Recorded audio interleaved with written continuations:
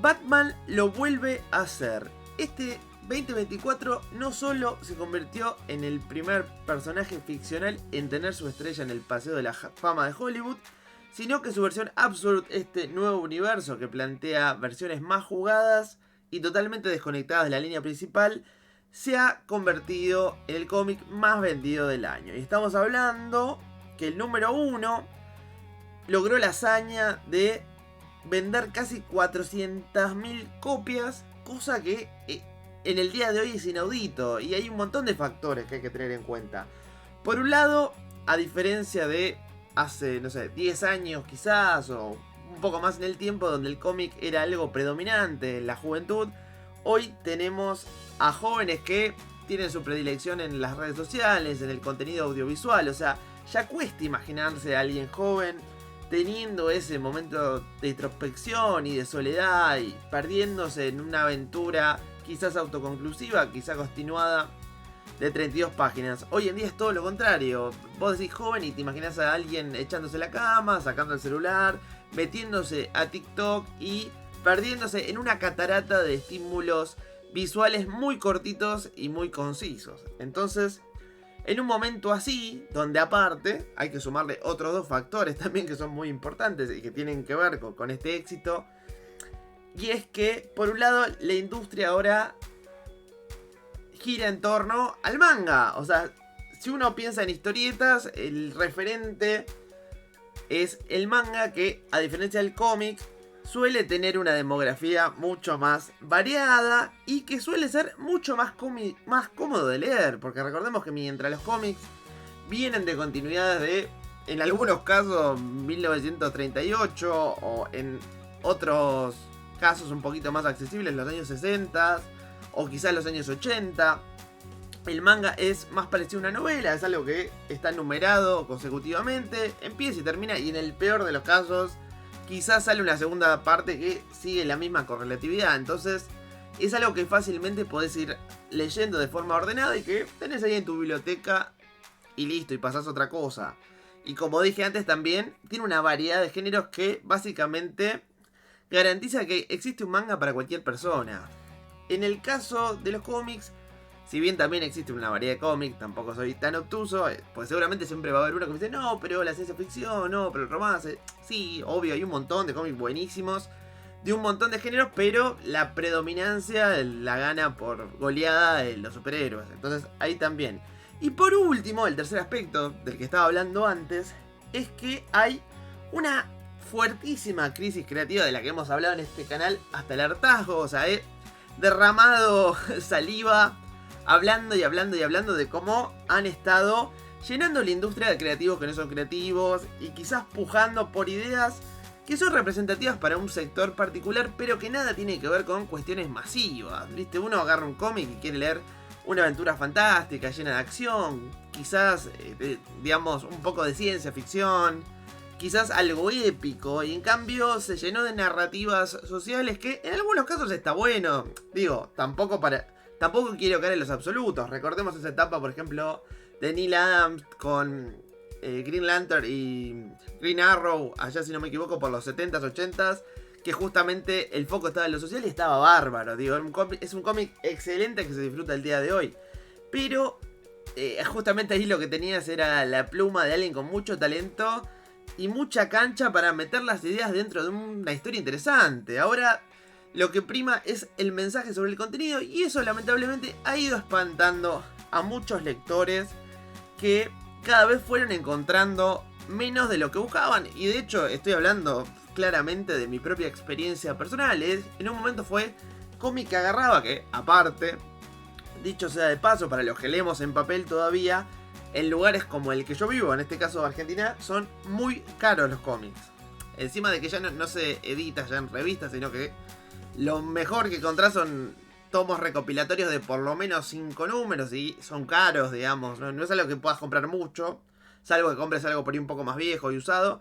Es una inversión de plata, entonces tiene como esa presión inconsciente de que vos estás invirtiendo en ese cómic y en algún punto tiene que valer lo que pagaste. Y vos, por ahí, desde lo visual, el cómic cumple, porque la verdad que si algo no ha decaído, sino que en mi muy, muy humilde opinión, ha ido en ascenso es el tema de lo gráfico, de lo visual. Digo, los dibujos cada vez son más lindos, los colores cada vez alcanzan como combinaciones mucho más llamativas y mucho más atractivas, pero por el lado de la escritura, la verdad que es agarrar 10 cómics y quizás 2 son buenos. De esos 10, a ver, 2 son buenos. Te diría que 3 son regulares y 5 son pésimos. Y es una constante, lo cual te termina empujando a ser muy selectivo a la hora de elegir, no tanto por el personaje como se hacía en una época, que vos agarrás un cómic, no sé, de Spider-Man, de Superman, y la media siempre eran buenos cómics, sino que ahora decís, bueno, ¿pero qué lo escribe? Pará. Y lo peor es que terminás decayendo con gente por ahí un poco más grande, o sea, no le estás dando tampoco la oportunidad a estos nuevos creativos que van surgiendo, lo cual es algo terrible porque justamente esta industria se perpetuó tanto tiempo por un sano recambio, pero los últimos años fue terrible la gente que entró a escribir, o sea, se llenó de porquería que la verdad no es para nadie, porque a los por ahí dinosaurios como nosotros, que somos los que venimos de antes, no nos están cumpliendo, y para la gente que ellos escriben, porque cuando ellos planean un guión se están imaginando un público objetivo, pero la realidad es que, como dije al principio de este video, ese público objetivo no tiene ganas de tener un momento de retrospección, sentarse, agarrar una revista o un tomo y leer. Esa gente está con el celular, está en Twitter, está en TikTok, quizás en el mejor de los casos viendo un streaming, o sea, no es de este palo. Y ahí está el problema, están trayendo gente que es de otros palos, de otros ámbitos, digamos, con la esperanza de que traccione nuevo público, porque también eso es una realidad. Toda industria para perpetuarse en el tiempo tiene que tener cierto grado de recambio.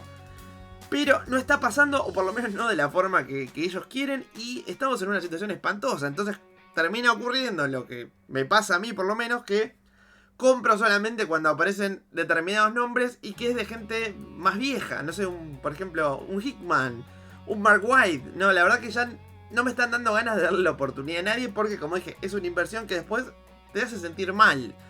Vos decís, uy, la puta, decís, me gasté toda esta plata en algo que la verdad no me gustó. Digo, de repente por ahí hubiera comprado algo viejo, algo que era garantía de éxito, y bueno, y ahí te metes como en un círculo vicioso. Pero bueno, en este caso, y ahora siendo un poco más optimistas, Absolute Batman viene un poco a romper con todos estos vicios. Por un lado, tenemos a Snyder, quien tuvo un muy buen run en los Nuevos 52, momento en el cual, si bien no se rebotea el personaje porque se mantienen muchas de las cosas pre-Flashpoint, sí trajo un soplo de aire fresco, incluyendo enemigos nuevos, como por ejemplo la Corte de los Búhos, o buscándole la vuelta a personajes como el Joker, que en su encarnación se hizo de lo más fresca, con esa cara que se arrancaba, que parecía un personaje de una película tipo Terrifier. Bueno, la verdad que en su momento funcionó muy bien.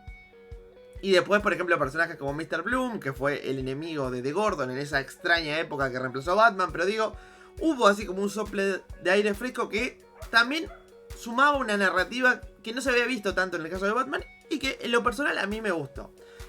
Y que obviamente le gustó a mucha gente porque muchos de los cómics de Batman de Snyder están entre los más vendidos o estuvieron entre los más vendidos de su época. De hecho, es lo mejorcito recordado de la época de los Nuevos 52. Con, creo yo, la Liga de la Justicia de Geoff Johns, que por cierto tuvo video en Cómics en el Recuerdo, esta serie del canal donde cubrimos runs de cómic del pasado. Bueno, si tienen curiosidad pueden ir y verla. Y creo que también cubrí un poquito de Super Heavy, que fue esta época donde Gordon es Batman. Así que si les pica el bichito de la intriga pueden ir a buscar. Bueno, volviendo a Snyder, tuvo una buenísima época con Batman, que la verdad no dejó a nadie indiferente. Después, tristemente, se lo pasó a Liga de la Justicia y a los eventos donde hizo todo eso de Noches Oscuras Metal, después de Metal, que para mí la verdad que fue malísimo, digamos. Es un escritor que la verdad no tiene la cintura para caracterizar a los personajes tan variopintos que forman al universo DC, sino que lo de él es Batman. Y se notó en esas series que eran Batman-céntricas, por decirlo de alguna manera, y que lo tenían como eje de todo. Y más allá de que Batman es un personaje buenísimo, no hay que olvidar que es un tipo disfrazado y que el resto son como semidioses. Entonces la verdad que Batman no puede ser el centro de todo. Y bueno, así salió. Digo, capaz a alguno le gustó y está perfecto, pero por lo menos en mi caso no me funcionó para nada.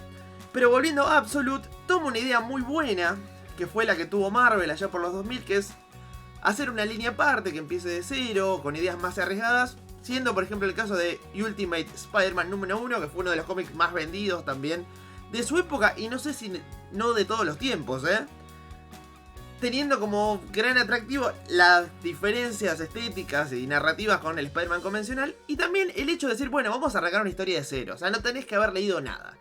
Y en este caso, este Batman te propone eso más afín a la narrativa del manga, o sea, vos con leer solamente los números consecutivos de Absolute Batman estás hecho.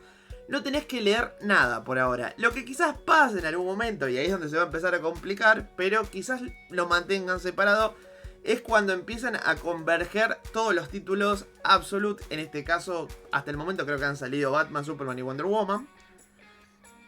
Quizás ahí ya te empieza a mandar a que leas algo en otra revista y ahí medio la van a cagar porque esto funciona perfectamente en su rincón y que no se cruce con nada más. Pero bueno, ya sabemos cómo son los cómics, es inevitable, les va a picar el bichito de querer hacer algún evento y ahí medio que se va a romper esta onda tipo manga que también les está funcionando, o no, o quizás abran una exitosa nueva era de los eventos, que dicho sea de paso, hace mucho que no venden bien los eventos.